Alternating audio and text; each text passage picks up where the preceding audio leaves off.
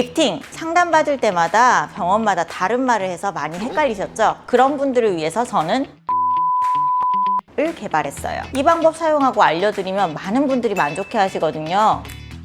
안녕하세요. 피부 탄력과 건강을 책임지는 박신혜 원장입니다. 오늘은 정말 많은 분들이 궁금해하시고 자주 물어보시는 주제, 내 얼굴에 맞는 리프팅 정말 있는 걸까? 하는 질문입니다. 사실 시중에 리프팅 시술은 너무 많고 주변에서도 이게 좋다 저게 좋다 뭐 정말 막 추천들도 많고 비추들도 많고 그래서 헷갈리시잖아요. 그래서 많은 분들이 고민을 하시는데 오늘은 내가 직접 아주 간단하고 쉽게 내 얼굴에 맞는 리프팅 방법을 찾을 수 있는 초간단 진단법을 알려드릴 겁니다. 지금부터 집중해서 보시면 리프팅을 고려하고 계신 여러분들이 쉽게 이해하고 결정하시는 데 큰 도움이 될 겁니다.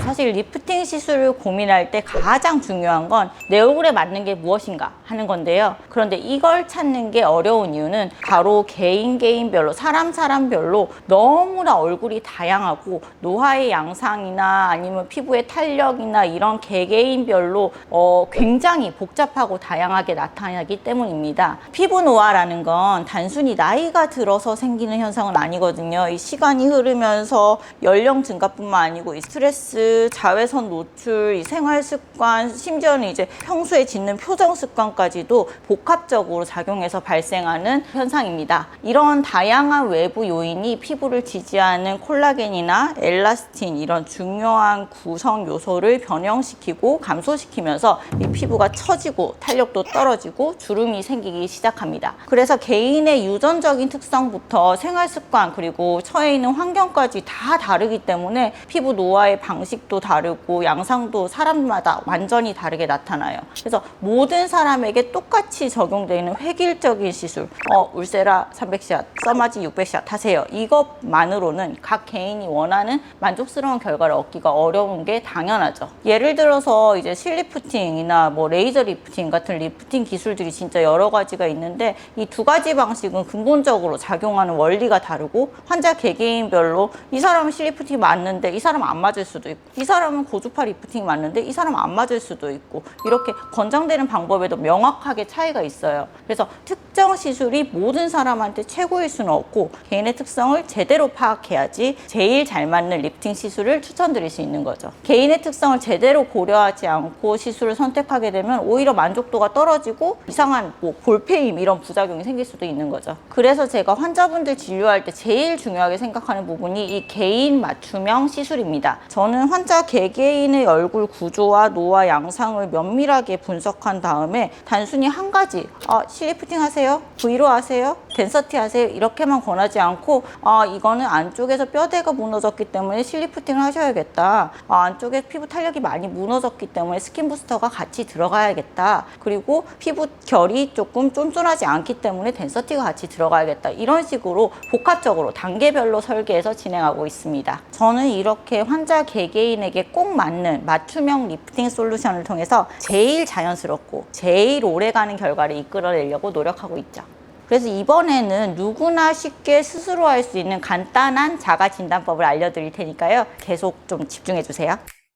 자, 지금부터는 여러분이 집에서 진짜 간단하게 1분 만에 내 얼굴에 어떤 리프팅이 필요한지 자가 진단할 수 있는 방법을 알려드릴게요. 많은 분들이 내 얼굴에 무슨 리프팅이 맞을까 고민하시는데 이 테스트를 따라 하시면 전문가와 상담할 때 더 구체적으로 말씀하실 수가 있어요. 첫 번째로 거울을 가지고 자기 얼굴을 정면으로 이렇게 한번 보실게요. 그렇게 해서 요 턱선 V라인 부분의 아랫부분을 살짝 눌러주세요. 눌러줬을 때 이 턱선 부분이 무너진다. 이러면 벌써 이중턱이 처져서 이 턱선을 무너뜨리고 있다는 뜻이거든요. 이럴 때 이 턱선을 개선시키는 시술이 필요해요. 대표적으로 이제 초음파 리프팅, V로 같은 시술들이 있고 이쪽에 지방을 직접적으로 파괴하는 비올렛 같은 지방 파괴 시술을 받을 수도 있겠습니다. 두 번째로는 표정을 짓고 있지 않을 때에도 팔자주름이나 요 마리오네트 주름이 보이는지 확인하시는 거예요. 그래서 표정을 웃거나 이렇게 됐을 때가 아니고 짓고 있지 않은 무표정인 상태 이렇게 했을 때 팔자주름이 있는지 마리오네트 주름이 보이는지 확인을 한번 해보셔야 돼요. 그래서 이런 처진 주름이 나타날 때는 볼륨이 꺼지거나 아니면 피부가 밑으로 볼륨이 많이 처진 상태이기 때문에 실리프팅이나 아니면 콜라겐 리프팅이 같이 필요한 상태예요.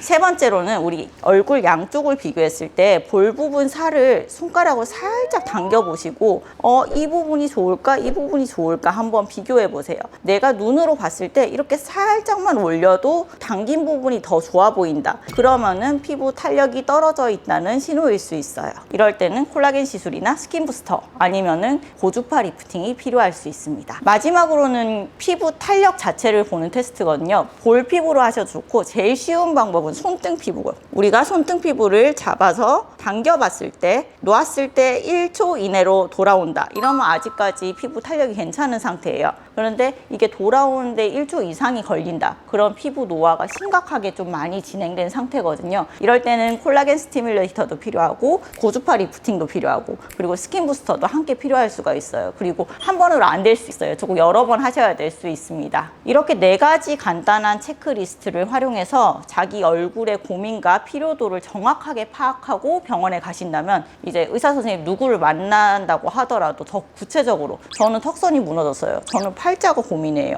저는 마리오네트가 올라왔어요. 저는 피부 탄력이 떨어졌어요. 이렇게 이야기를 하실 수 있는 거죠. 그리고 제가 말씀드리는 맞춤형 리프팅이라는 거에 대해서 조금 궁금하실 수도 있는데 조금 구체적으로 풀어드릴게요. 일단 실리프팅에 대해서 말씀을 드리는데 우리가 실리프팅은 무조건 이렇게 당겨 올리는 것만 생각을 하시는데 사실 당겨 올리는 리프팅 실은 모양이 이렇게 길게 생겨서 정말 이 피부 안에서 이렇게 당겨 올리는 역할을 하는 이런 모양의 실을 말하고 당겨 올리는 실만 있는 게 아니에요. 우리가 모노실이라고 얘기하는 이 엄청 얇은 실이거든요. 이 실이 우리가 한 30개에서 50개, 100개도 넣어요. 피부 안에 들어가서 피부 안쪽에서 녹아서 콜라겐이 되면서 스킨 부스터 같은 역할을 하는 거죠. 그래서 피부를 직접적으로 조금 탄력 있게 만들어주는 그런 실도 있고 그리고 우리가 아까 말씀드린 이 마리오네트나 팔자주름 그리고 눈밑 이런 데 꺼졌을 때 필러나 이렇게 쓰는 실 말고 이렇게 실이 두껍게 들어가서 실제로 이게 안쪽을 채워주는 이런 모양의 실도 있어요. 그래서 실 리프팅만 하더라도 이런 당기는 실과 그리고 피부를 탄력 있게 만드는 실과 볼륨을 채워주는 실 이렇게 여러 가지가 있고 그리고 아까 말씀드린 콜라겐 같은 경우에도 얼굴이 있으면은 얼굴에서 노화가 오는 원인들은 다양하거든요. 예를 들어 가지고 얼굴 속에 있는 뼈대가 나이가 들면서 녹아요. 그럼 뼈대를 구성하고 있는 이런 단단한 구조물들을 다시 복구를 시켜줄 필요가 있겠죠. 그럴 때 쓰는 게 저희가 이 칼슘으로 이루어진 콜라겐 스티뮬레이터입니다. 레디어스라고 부르는데 이 친구 같은 경우에는 안에 들어가 가지고 콜라겐으로 변하기도 하지만 굉장히 단단한 구조물을 형성해서 피부의 지지 구조를 확실하게 딱 잡아주는 역할을 하고요. 그리고 얼굴에 정말 살이 빠져서 해골형 얼굴이 되거나 아니면 요 밑에 눈 밑이 꺼지거나 팔자가 확 꺼지는 경우가 있죠.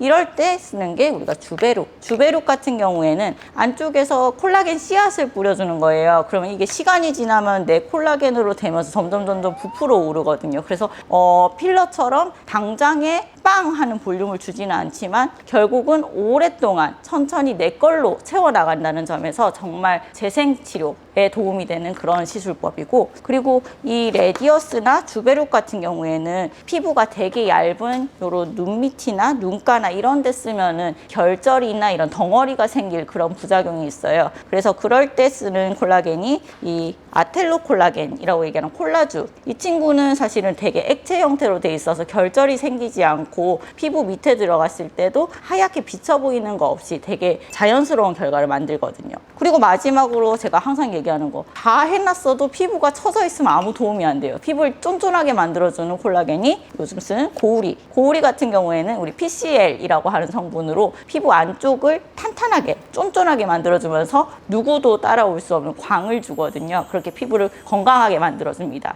그래서 실이 좋더라, 콜라겐이 좋더라, 고우리가 좋더라 이게 아니고 내 피부에는 나는 여기는 처졌으니까 실로 좀 당겨주고 여기는 꺼졌으니까 이런 볼륨실이나 아니면 주베룩을 이용해서 좀 채워줘야겠다. 근데 눈 밑은 괜찮으니까 콜라주는 쓸 필요가 없겠다. 이런 식으로 설계를 하게 되는 거죠.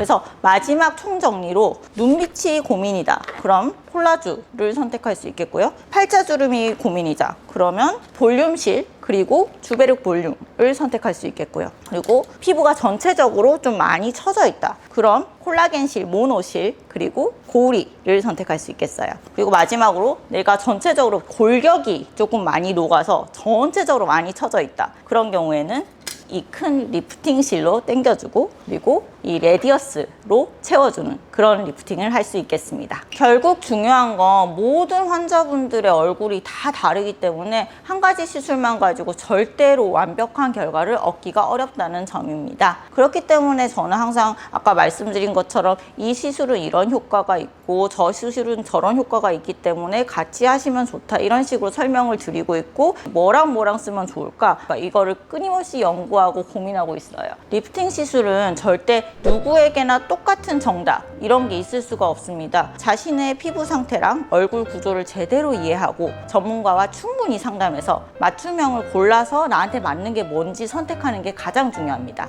여러분 피부 고민 해결하는데 오늘 정보가 도움되셨으면 좋겠고요. 저는 다음에도 더욱 쉽고 유익한 정보를 가지고 찾아뵙겠습니다. 감사합니다.